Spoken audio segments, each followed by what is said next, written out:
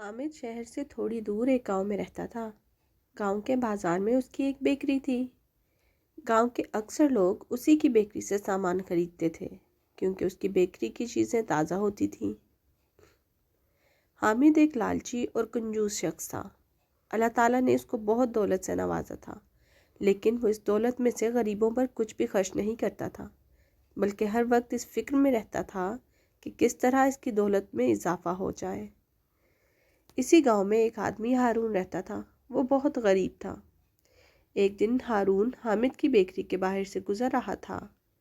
اسے بے حد بھوک لگی ہوئی تھی اور جیب میں ایک بھی پیسہ نہ تھا۔ حامد کی بیکری سے تازہ ڈبل روٹیوں کی خوشبو آ رہی تھی۔ ہارون بیکری کے باہر کھڑا ہو کر ڈبل روٹیوں کی خوشبو سونگنے لگا۔ حامد بیکری میں بیٹھا یہ سب کچھ دیکھ رہا تھا۔ وہ اپنی جگہ سے اٹھا اور بیکری سے باہر آ کر ہارون کو پکڑ لیا اور کہا کہ تم نے میری بیکری سے آنے والی خوشبو کو سونگھا ہے، اس لیے تم اس سے پیسے دو۔ ہارون بہت پریشان ہوا کیونکہ اس کے پاس تو پیسے ہی نہیں تھے۔ اس نے حامد سے کہا، بھائی حامد، میں نے تم سے کوئی چیز تو نہیں خریدی کہ میں تم کو پیسے دوں۔ میں نے تو صرف خوشبو سونگھی ہے اور خوشبو سونگھنے کے پیسے نہیں ہوتے۔ اب تو حامد غصے سے چلانے لگا۔ لوگ جمع ہو گئے۔ لوگوں نے بھی سمجھایا کہ ظلم مت کرو، ظالم کو اللہ تعالیٰ پسند نہیں کرتے اور اللہ تعالیٰ ظالم کو ذلیل کر دیتے ہیں۔ لیکن حامد نہ مانا اور اس نے کہا کہ ہمارا فیصلہ قاضی صاحب کریں گے، اور یہ کہہ کر وہ ہارون کو لے کر عدالت کی طرف روانہ ہوا۔ ہارون نے راستے میں اپنے بھائی زاہد کو بھی بلا لیا، وہ بھی اس کے ساتھ چلے اور اس کی مدد کریں۔ زاہد ایک سمجھدار اور عقل مند آدمی تھا۔ وہ جانتا تھا کہ حامد بہت ہی لالچی آدمی ہے۔ یہ تینوں قاضی کے پاس عدالت پہنچے۔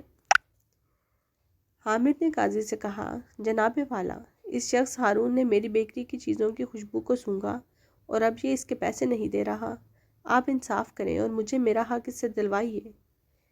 زاہد حامد کی بات سن رہا تھا۔ وہ آگے بڑھا اور قاضی صاحب سے کہا، اگر اجازت ہو تو میں اس کی اجرت ادا کر دوں۔ قاضی صاحب نے اجازت دے دی۔ زاہد نے جیب سے سکوں سے بھری ہوئی ایک تھیلی نکالی اور حامد کے کان کے قریب تھیلی کو ہلایا، جس سے سکوں کی چھن چھن کی آواز پیدا ہوئی۔ زاہد نے حامد سے کہا، کیا تجھے سکوں کی آواز سنائی دی؟ حامد نے کہا، ہاں۔ زاہد نے کہا، یہی آواز کا سننا اجرت ہے، اس سونگنے کی جو ہارون نے سونگھا۔ قاضی صاحب زاہد کی عقل مندی سے بہت خوش ہوئے اور ہارون کو آزاد کر دیا اور پورے شہر میں اعلان کروا دیا کہ حامد ایک لالچی آدمی ہے۔ اب جو لوگ پہلے حامد سے محبت کرتے تھے، اس کی لالچ اور غریبوں پر ظلم کرنے کی وجہ سے اس سے نفرت کرنے لگے۔